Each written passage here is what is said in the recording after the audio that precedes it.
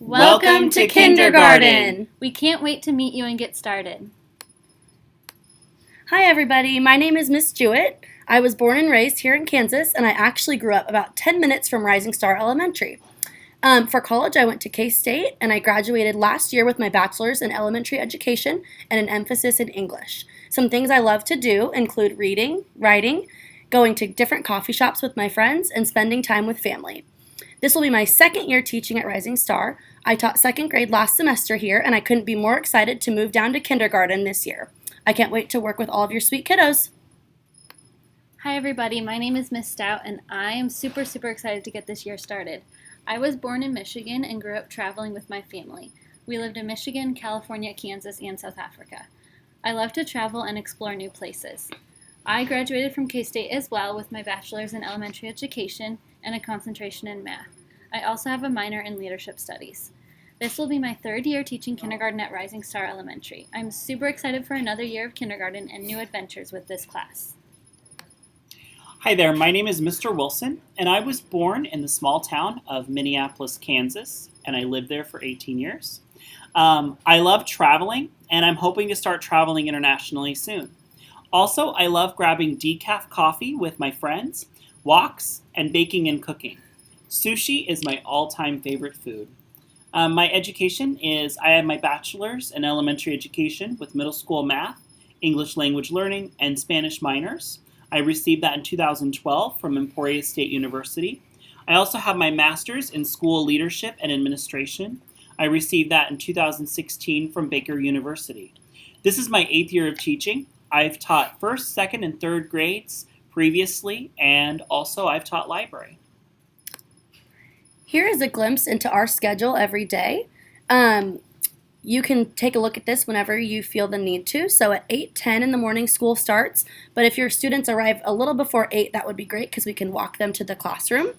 And then this is what our day will look like. And then at 3:10, we have dismissal, and the students will go to their dedicated dismissal spots at that time.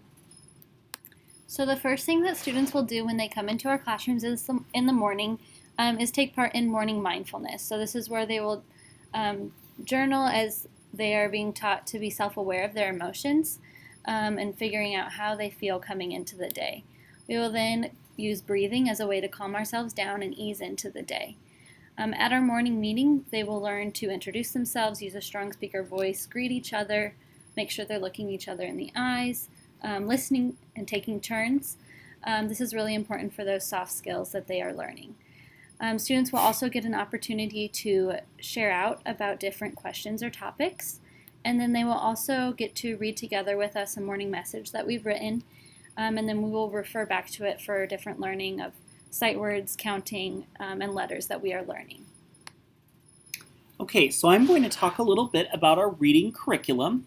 Our curriculum is called Wonders McGraw-Hill, and each week we will have a weekly topic, and that will tie together all of our stories and all of the concepts that we are learning and reading.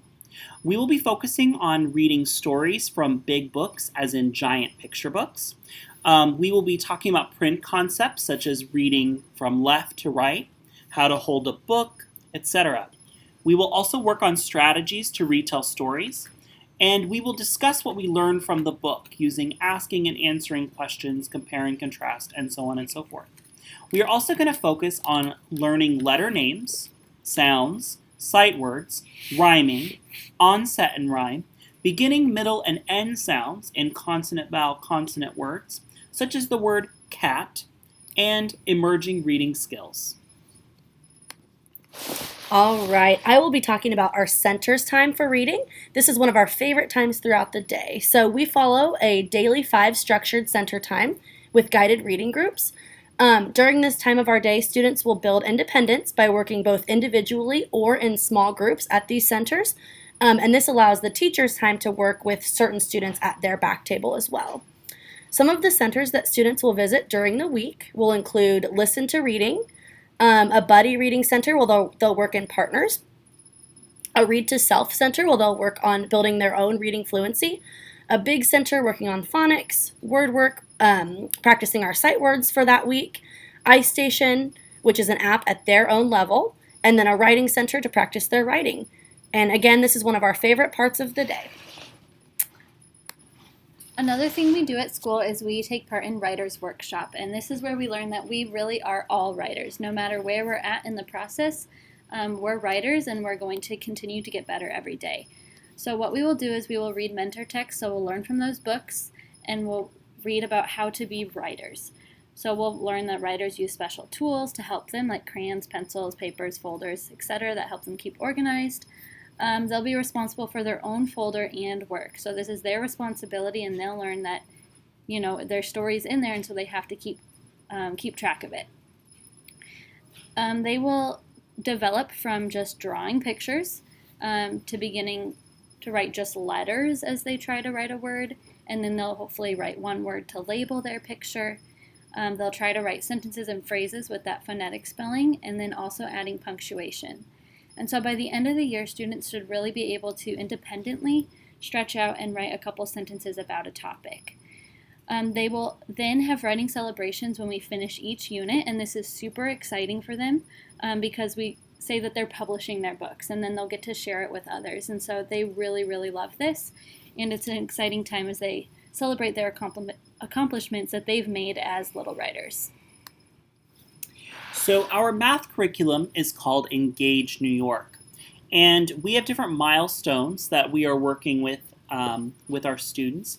And so hopefully by October, your child will know the numbers 0 through 10, sort objects into categories, color, size, number, etc., and problem solve. Please notice right here in this picture that we will be using our fingers to count in a different way to represent a number line.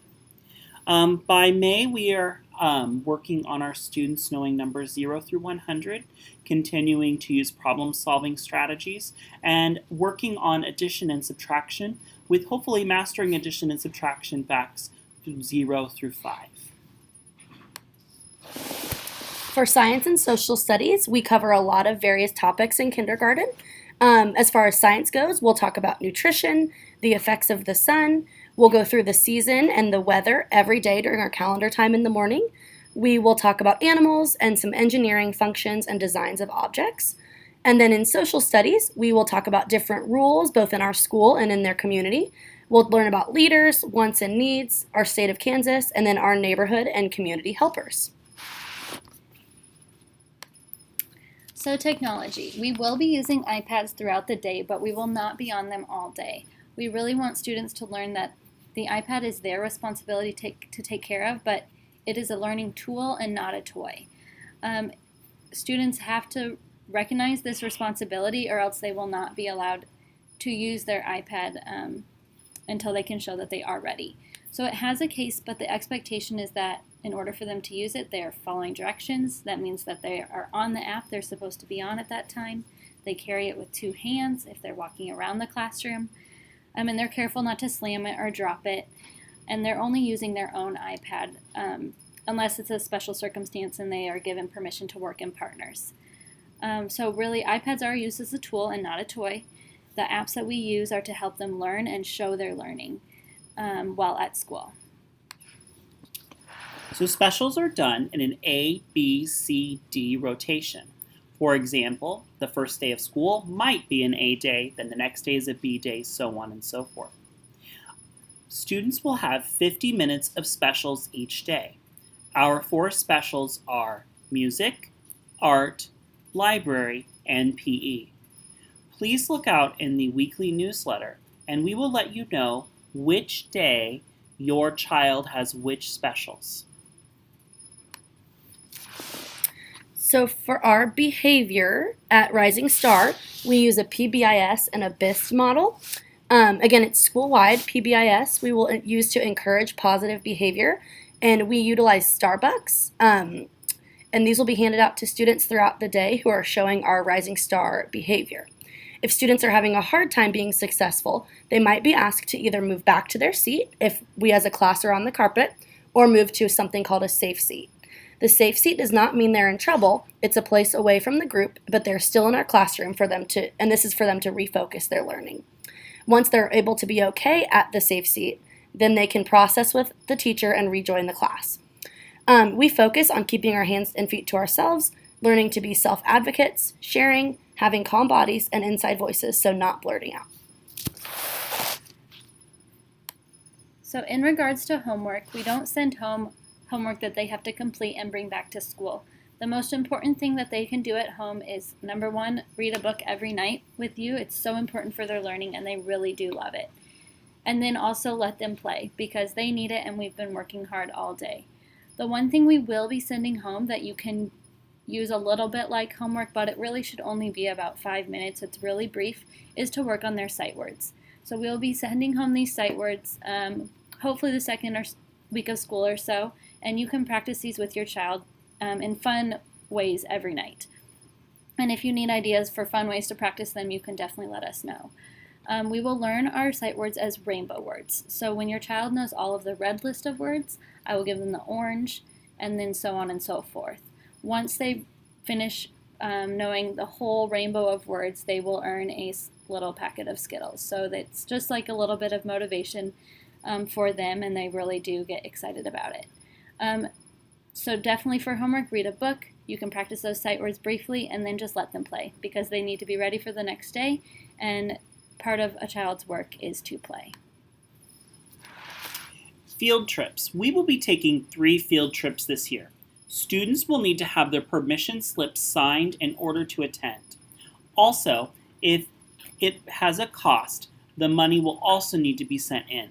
This is usually not more than a couple of dollars. We will send out a sign up for volunteers before the trip, and we'll take the first volunteers to sign up. Please, no siblings or friends can attend the field trip if you are a volunteer. If you are planning to be a volunteer, you must be MVP certified through the school district. Please look out for MVP training dates with Mr. Wilson. Our first field trip will be to the pumpkin patch in October. We are so excited. We will have snack time in kindergarten every day from 1:45 to 2 p.m.